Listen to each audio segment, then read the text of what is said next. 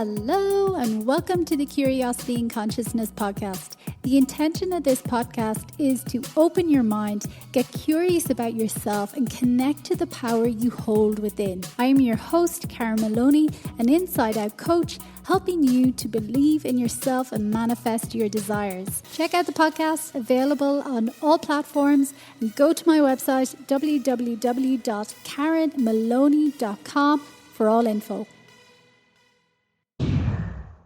Hello everybody. Happy mid-November. Can you believe just a couple of weeks left now until the end of the year? Maybe you're ready for that. Maybe you don't want to hear about Christmas or the end of the year just yet. But whatever, it's happening and it's all good. And hopefully you have some nice plans or at least a break and relaxation. I definitely will be doing that. And this week's episode is again a solo episode with myself, and it's talking about this idea of the power of our thoughts. And the reality is that I am, each of us is the only thinker in our reality. So no one else can think or put thoughts in our head. It's all us all the time. And in every situation and every scenario and every event and every conversation and everything that happens in life, we are still interpreting it and filtering it through our own mind and listening to ourselves. And that's why the inner work is so important, because we have self-concept, or this idea of ourself, and we have different self-concepts in every aspect of our lives, whether it's when it comes to friendships or relationships or work or even certain aspects of work or money. We all believe different things about ourselves in relation to many different aspects of our lives. And that's why when we have a good self-concept, that area of our life can flow, or it can seem really easy, whether that's friendships, whether that's public speaking, whether that's making money, whether that's teaching, whatever it is. That aspect or area of our life goes smoothly, and we often don't think about it very much. But then in other aspects of our life where maybe we are feeling stuck or not exactly where we want to be, and that is based off our self-concept of ourselves in that area. And again, when it comes to self-concept and a lot of the inner work, it's very subconscious. So we're not aware of what we're thinking about ourselves in relation to certain aspects of our lives. Unless you're on a conscious journey, you don't really pay attention to it. You just know some areas are good, some areas are not so good. And that's fine. But if you want those areas in your life to flow better as well, it is coming back to the inner work, and it is changing the thoughts and beliefs and ideas we hold about ourselves in that particular aspect of our life. So say, for example, it was your job and you felt really confident on the phone or speaking with clients, but when it came to public speaking or pitching new ideas or speaking up in meetings, you really shy away from it and you really feel awkward. And that's because in that aspect, you maybe feel that you're not good enough, that you're not congruent, that you can never get your thoughts out or get things to sound like how you want them to sound. Things never come out the right way, whatever the case may be. But that's the self-concept that we're holding within, the narrative that is subconscious, that is running that aspect of our lives. So if we want to improve in that aspect of our lives, we have to change our inner narrative.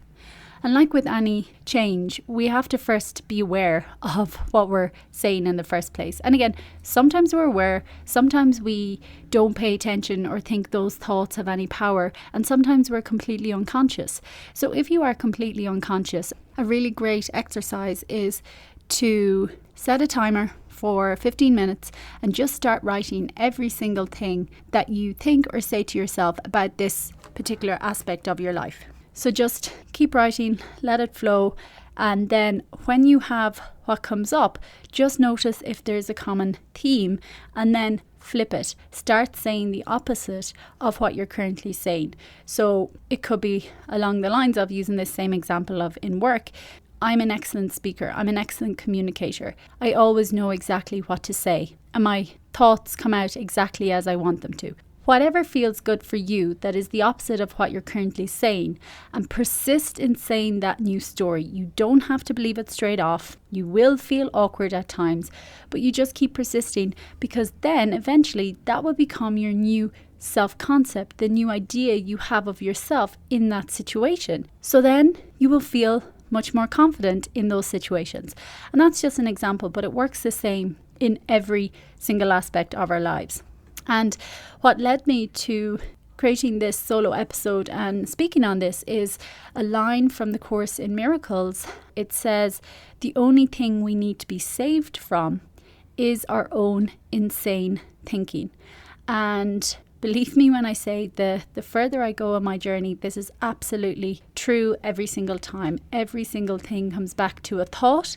And truly, the thing I do need saving from is my own insane thinking. And that's what we all need to be saved from, because it is us creating the thoughts in our mind about certain situations, which then we experience the situation in that way. And sometimes it can be absolutely insane. So it always starts within. It always starts with a thought. You are the only thinker in your reality.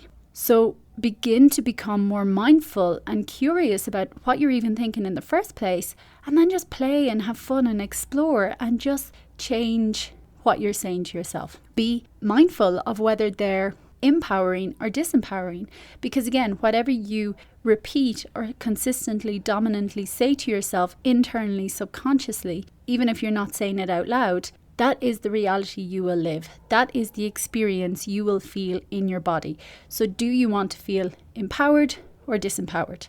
And again, it's all our choice, but it's the waking up to this and being persistent in changing our narratives so that we experience ourselves differently, and then in turn our life differently.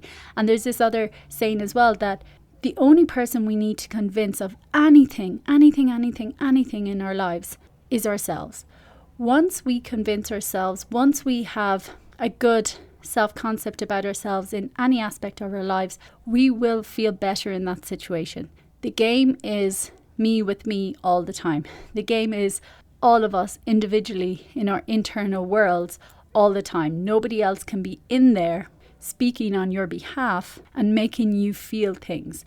Yes, we can allow people's words to affect us and take them on, but we also have a choice not to. And it becomes easier not to take what others say personally once we build our own internal self-concept. We kind of like just let people think whatever they want. It doesn't feel so personal, or we don't feel we have so much to prove, because we feel good and we believe in ourselves first and foremost, that we don't need anyone else's approval or encouragement. That's not to say it's not supportive at times, absolutely, but we need it first and foremost for ourselves, 1,000,000%. That is a definite. So let me know how this lands for you. Let me know if this makes sense, or if it makes you kind of curious about what you're saying to yourself, what you believe about yourself in different aspects of your life. And if there is a situation where you're not feeling great, try that little exercise of setting a timer, writing out exactly what you are thinking currently, and then picking 2 or 3 affirmations or mantras, rewrite the opposite, and make that your new persistent, dominant story in that aspect of your life, and see what happens. And let me know. Talk soon. Bye. Thanks for listening. And before you go, I would love to ask you a massive favor. If you enjoyed this episode or any episode of the podcast, I would love for you to leave a short review on Apple Podcasts to help it grow. If you could do that, I would greatly appreciate it.